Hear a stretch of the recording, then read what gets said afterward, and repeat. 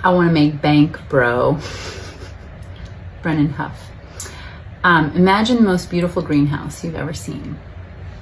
Each plant is carefully and uniquely fed and cultivated with the sole intention of bringing out the absolute best version of itself. The result of which is a utopic explosion of textures, colors, fragrances, shapes, shadows, and light. How are humans any different? Under the right conditions, with the right care and support, each of us would come into the full bloom of our being. Without those opportunities, without compassion, understanding, guidance, nurturance, and protection, we wither and die long before taking our last breath. That's from my book. And it's this concept I have about human resilience. Some of us are dandelions, some of us are orchids, right? Like, Charlie's so unimpressed. You can take a dandelion and you can pull it up by the roots and throw it down the road and have a Mack truck drive over it. And then a couple days later, it's gonna be like, hey, I'm a dandelion. An orchid is really beautiful, really rare, very exotic. And it doesn't look like much though. If it doesn't have the right conditions to bloom, it just looks like a pot with some leaves in it, right? Or if it's out in the wild, it just looks like green leaves, right? Like sort of unimpressive. But if you put it in the right conditions and you give it the right nutrients and the right soil and the right light, it's a little more delicate, a lot more delicate, but you get something truly magnificent, right? How many human beings are out there, orchids, that are passed over, that are left under-evolved because they are not given the right conditions? So in Western capitalist society, the people that we're sort of set up to favor dandelions, right? That bootstrap mentality. And so my theory is the next $1 trillion idea is not AI, it's human resilience optimization. Investors, possibly you. According to data from the World Bank Human Capital Index, yes, that's a real thing. The crops are not doing so well. The crops are us. Maybe they should rebrand themselves Crops Are Us. In this World Bank Index, human capital are assessed in a variety of categories to measure our viability. Health, education, adult employment rates, and total human capital index rates are all significantly declining. Human capital, this is not shocking, is in crisis. Leaders in politics and business globally do not care about social justice, but they do care about their assets and investments. We are their primary source of income. And as assets, our value is significantly depreciating. Lowest birth rates, declining education scores, increasing crime and youth suicide rates, increasing rates of homelessness, highest rates of divorce, increasing rates of addiction, which is costing the federal government roughly $44.5 billion to address. I know, huge bummer. But wait, there's more. We've seen a 91% surge in porn consumption since 2000, which is directly linked to decreasing rates of marriage, and the global prevalence of eating disorders has doubled since 2000. Eating disorders are both a substance and behavioral addiction, and the most fatal, actually, of all mental health conditions. Food, and our relationship to food is killing more people than every other drug on the planet. Facts. So investors in human capital, those who rely on us as their primary source for generating wealth, the wealth they hold so dear, are panicking. So good, maybe now they'll listen. Probably not though. We know you don't like the word trauma, or they don't like the word trauma. Should we call it systemic blight, a sociobiological plague, oppression, death? I don't know. They love saying it's because we're lazy, and I love irrefutable facts. We are morally, physically, emotionally, socially, systemically, energetically, spiritually, and neurobiologically exhausted. The name we call this global disease is irrelevant. What matters is the solution. And neuroscience has given us that. Building resilience, expanding capacity. And I have a theory that we haven't quite narrowed down the neuroscience of ego strength.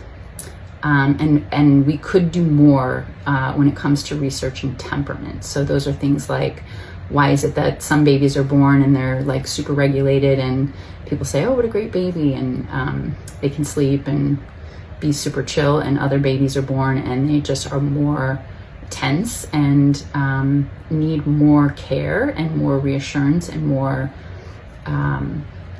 attachment, more feeding of their nervous system so that it can experience secure attachment. There's nothing bad or wrong about that. Again, when we go back to my example of the greenhouse, it's just different needs. And again, we live in a society that only favors one type of biology, right? Or neurobiology.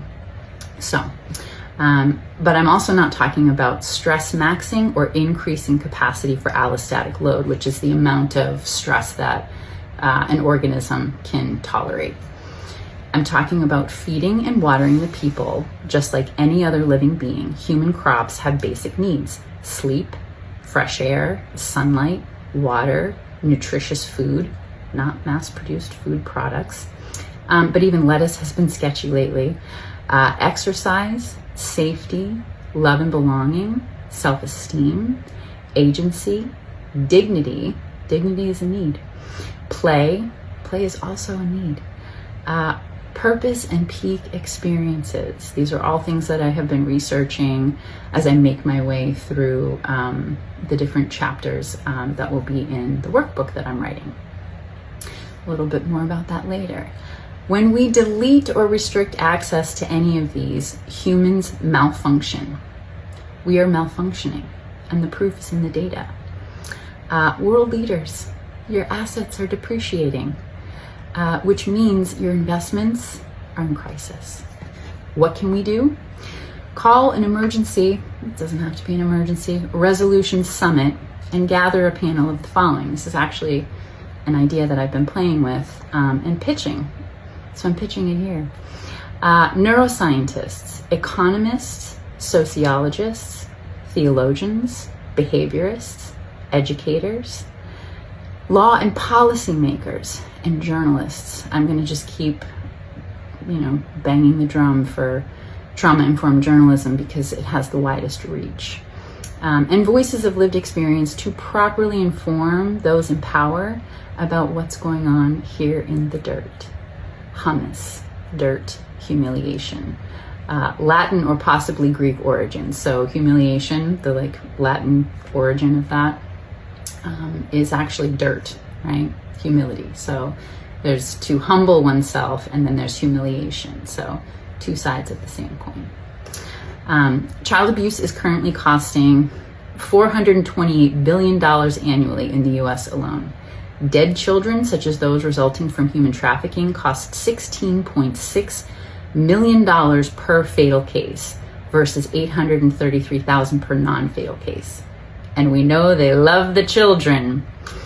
If only these institutions could put their egos aside, come out of their silos, and unify on an operating system across sectors to align with what neuroscience is teaching us about how to foster health and human capital.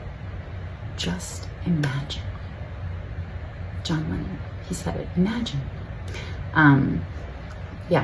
So, and for extra fun, disco theme. The idea came to me while taking Charlie for a walk. We have to have these serious conversations about world peace in sequined unitards under disco balls. I just think let's make it fun. It's such a bummer, but let's try to make it fun. So, I am probably a dandelion, which I think, is a genetic mutation, like a fortuitous glitch in the matrix, a reluctant sadist, I like to say, a busted appliance. I didn't write my book to garner sympathy. I wrote it as an intersectional testimony and a call to action to rectify the inhumane contrast between lived experience and the operating system. We need to stop celebrating the self-abuse required for surviving conditions that are actually killing the majority of human capital. The small percentage of super survivors throughout history are essentially genetic mutations, aka dandelions. Like, they're awesome, but dandelions are awesome. And genetic mutations can be great too. But I'm not procreating for a million reasons. One being that it costs about $1 million to raise a healthy child from birth to 18 in this country. And two, I've spent the majority of my life reparenting myself, as is the case for many survivors of complex trauma. What I do offer in the book, however, validates data from neuroscience, things like stability, education, healthcare, safe, emotionally available people to act as mentors and guides, aka the Cowardly Lion, the Tin Man, the Scarecrow, a fairy godmother, and Toto too. Fairy tales are great teachers. Meditation, yoga, mindfulness, art, living wages, metacognition, the ability to think about thinking, guiding beliefs and values, walking, nutritious food, purpose, and a pathway to live out that purpose, along with love and secure attachment, all of which promote and expand the capacity of living beings to function optimally. Some of us are better at accessing or pursuing all of those needs, right? And for others of us, we need more invitation, more encouragement, more opportunity to even know what those things are and then how to apply them to our own lives. This doesn't have to be something that people can only experience or access through things like therapy or a therapist. So, at least in my theory. So, anyhow, it's not rocket science, it's neuroscience. Human resilience is not a charitable expense. We don't want charity. We want meaningful change. Funding human resilience is civilization's highest return on investment. Or as Frederick Douglass said, it's far easier to build strong children than to repair broken men. We've been saying it for centuries. And maybe now that we're dying, they'll listen. But probably not. But in the meantime,